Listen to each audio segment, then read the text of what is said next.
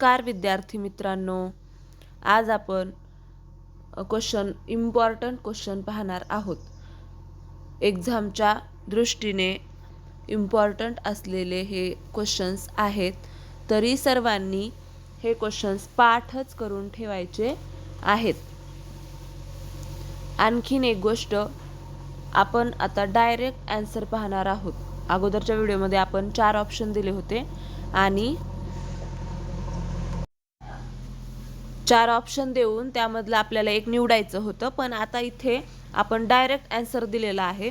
तर बघूयात, question start करूयात. पहिला क्वेश्चन आहे, भारताचे एकूण क्षेत्रफळ किती चौरस किलोमीटर आहे? तर याचं उत्तर आहे 32,87,263 चौरस किलोमीटर.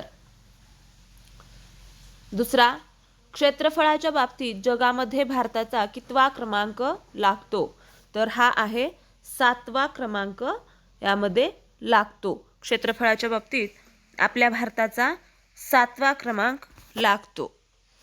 पुढचं बघा, भारताला एकूण किती किमी म्हणजेच किलोमीटर लांबीचा समुद्रकिनारा लाभलेला आहे?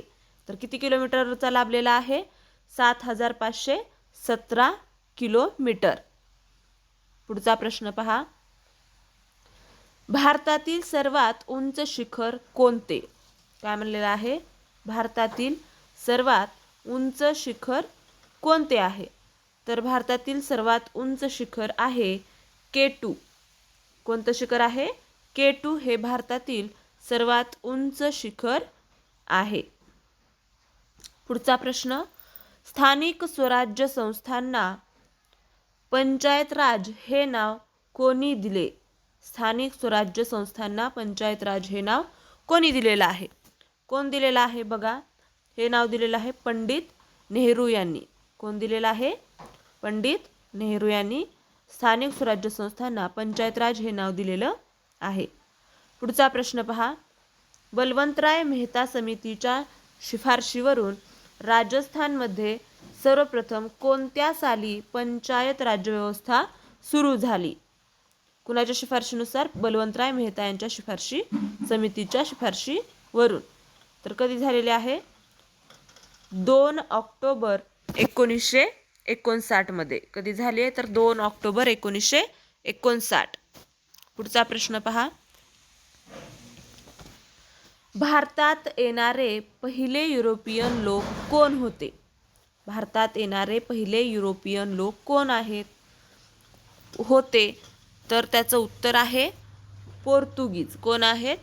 पोर्तुगीज. पुढचा प्रश्न, 1829 मध्ये सतीबंदीचा कायदा कोणी केला? तर कोण केलेला आहे? बघा, लॉर्ड बेंटिंग. लॉर्ड बेंटिंगने हा कायदा केलेला आहे. हे प्रश्न तुम्ही पाठच करायचे आहेत. इयत्ता 6वी पासूनच्या पुढच्या विद्यार्थ्यांसाठी हे क्वेश्चन खूप इम्पॉर्टंट आहेत. सर्व स्पर्धा परीक्षेसाठी पण हे प्रश्न खूप इम्पॉर्टंट आहेत. पुढचा प्रश्न बघा, बाळशास्त्री जांभेकरांनी कोणत्या साली दर्पण वृत्तपत्र सुरू केले? कुठलं? दर्पण हे वृत्तपत्र बाळशास्त्री जांभेकरांचं आहे. हे वृत्तपत्र कोणत्या वर्षी सुरू केलेले आहे असं विचारलेलं आहे. तर बघा, कोणत्या वर्षी चालू केलेलं आहे?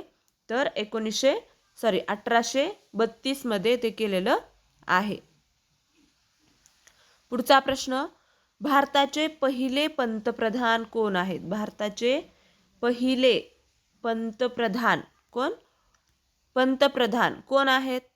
तर त्याचं उत्तर आहे पंडित जवाहरलाल नेहरू. कोण आहेत? पंडित जवाहरलाल नेहरू. पुढचा प्रश्न, भारताला ब्रिटिश राजवटीपासून कोणत्या वर्षी स्वातंत्र्य मिळालेले आहे?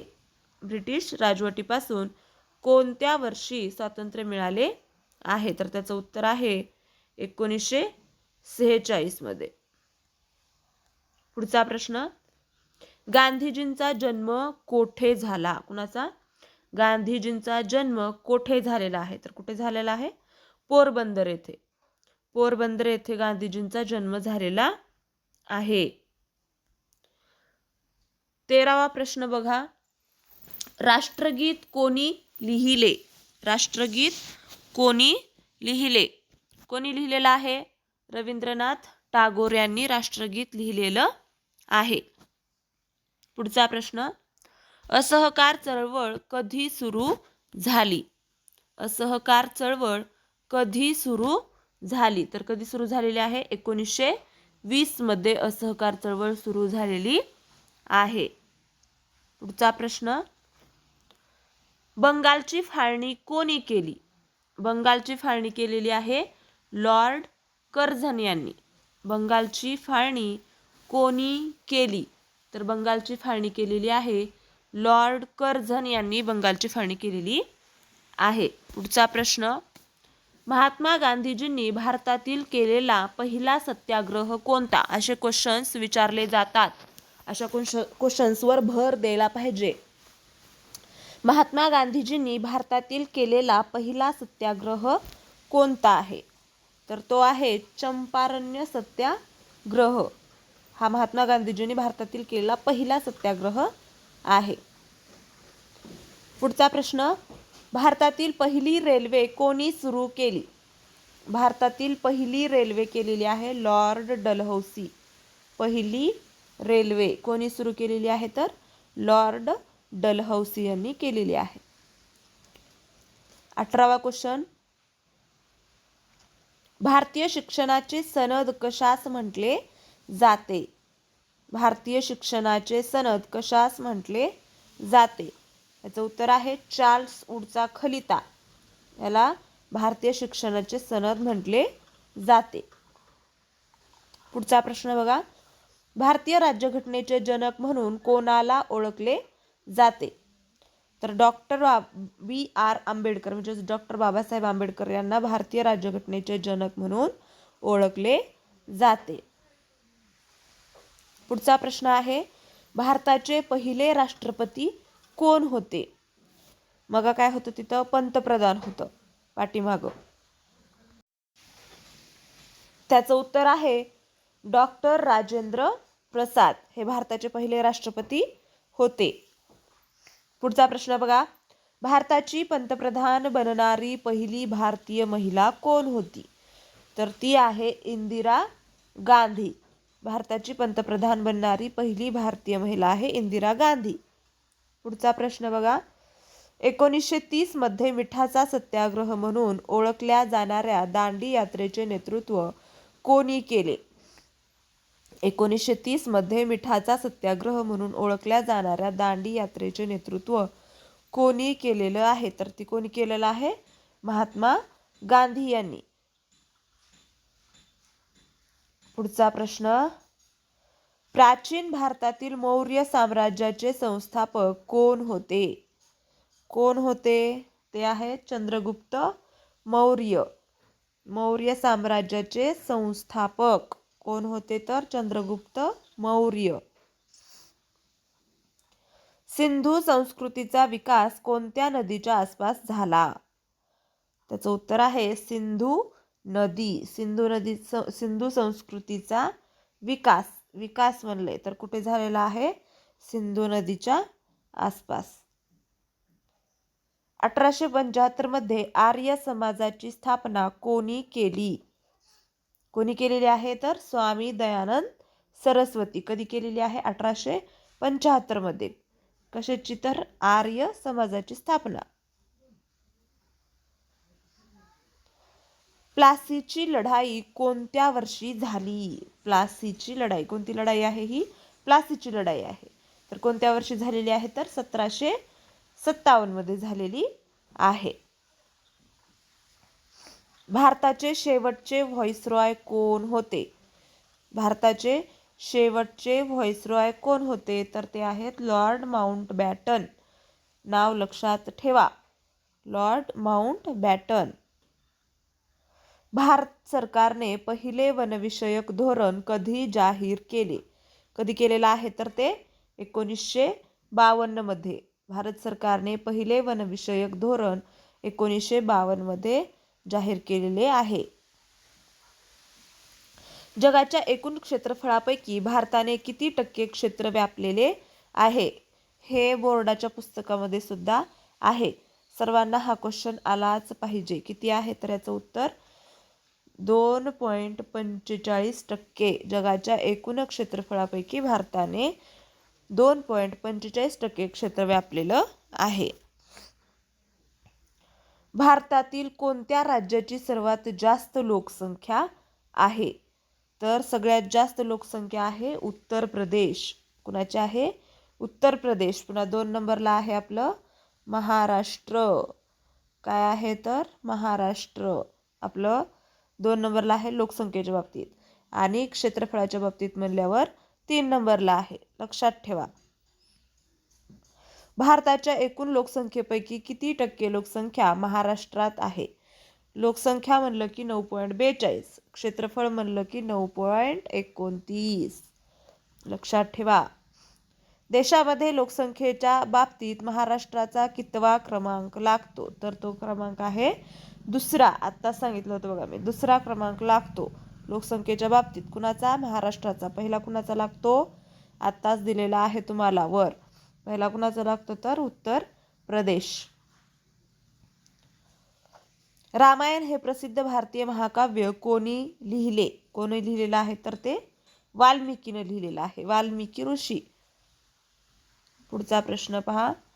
1857च्या बंडाचे नेतृत्व कोणी केले, ज्याला स्वातंत्र्याचे पहिले युद्ध देखील म्हटले जाते? ते कोण केलेलं आहे? ते केलेलं आहे मंगल पांडे यांनी. कोण केलेलं आहे? मंगल पांडे. भारताकडे जाणारा सागरी मार्ग कोणी शोधला? कोणी शोधलेला आहे? त्याचं नाव आहे बघा वास्को द गामा. काय नाव आहे? Vasco the gamma.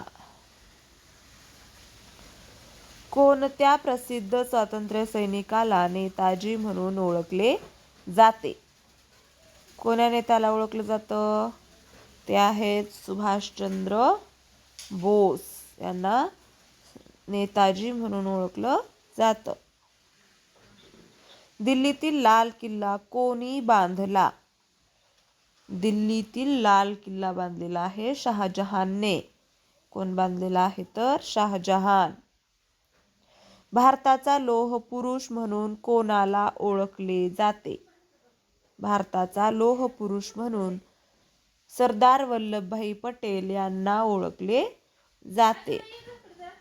पुढचा क्वेश्चन बघू. पुढचा प्रश्न. भारतात वंशीय राजवट कोणी सुरू केली? तर ती केलेली आहे मौर्य घराण्याने. पुढचा प्रश्न पहा. 1857च्या उठावाची सुरुवात भारतातील कोणत्या शहरातून झाली?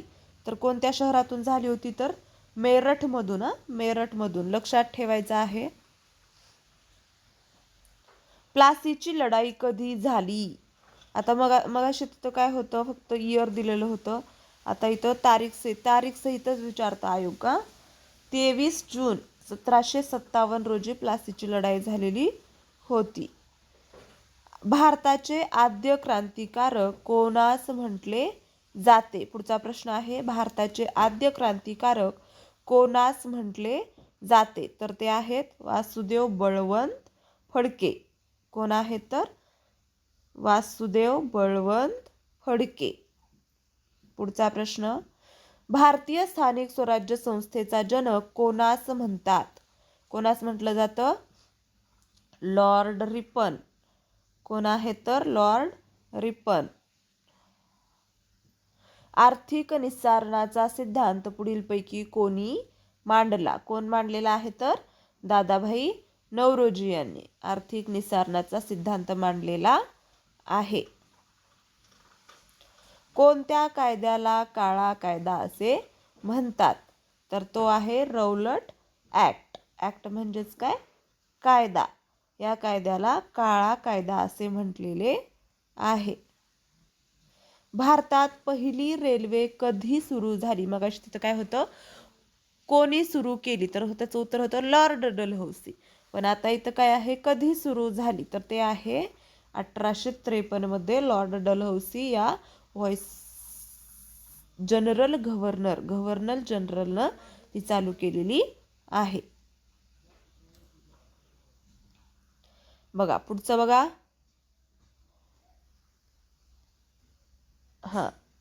पुढीलपैकी कोणी दत्तक वारसा नामंजूर केला? दत्तक वारसा नामंजूर करणारा गव्हर्नर जनरल कोण होता? तर लॉर्ड डलहौसीच होता. पुणे करार 1932 साली कोणामध्ये घडून आला? कोणाकोणामध्ये घडून आला होता? बघा महात्मा गांधी व डॉक्टर बाबासाहेब आंबेडकर यांच्यामध्ये पुणे करार कधी झाला होता? 1932 ला. पुढचा प्रश्न पहा. भारत सेवक समाजाची स्थापना कोणी केली? तर त्याची स्थापना केलेली आहे गोपाळ कृष्ण गोखले यांनी. कोण केलेली आहे? गोपाळ कृष्ण गोखले यांनी भारत सेवक समाजाची स्थापना केलेली आहे. पुढचा प्रश्न, लास्टचा प्रश्न आहे. स्वातंत्र्य समर हा ग्रंथ कोणी लिहिला? त्याचं उत्तर आहे स्वातंत्र्यवीर सावरकर. सर्वांनी हे क्वेश्चन पाठ करायचे आहेत आणि आपल्या अशाच हेल्पफुल व्हिडिओसाठी आपल्या चॅनलला सबस्क्राईब करून चॅनल बेल आयकॉन प्रेस करा. धन्यवाद.